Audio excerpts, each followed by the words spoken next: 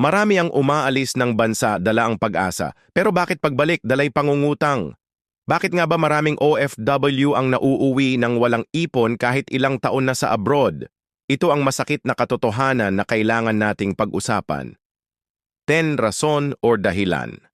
Bakit walang naipon ang ilang OFW? 1. Walang tamang financial planning. Sweldo pa lang, ubos na sa utang at padala. 2.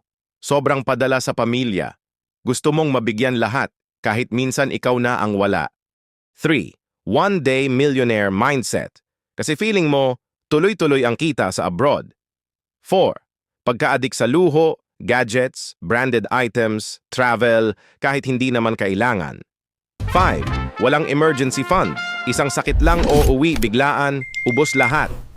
6. Walang long-term goal, di mo alam hanggang kailan ka sa abroad kaya di ka rin nag-iipon. 7.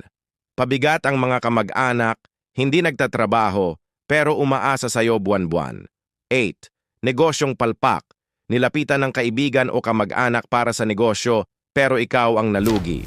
9. Walang savings discipline, sweldo pa lang, nakalista na lahat ng gastusin, wala nang natira.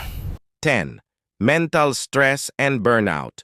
Bumabawi sa gastos para mabawasan ang lungkot, pagod o homesickness.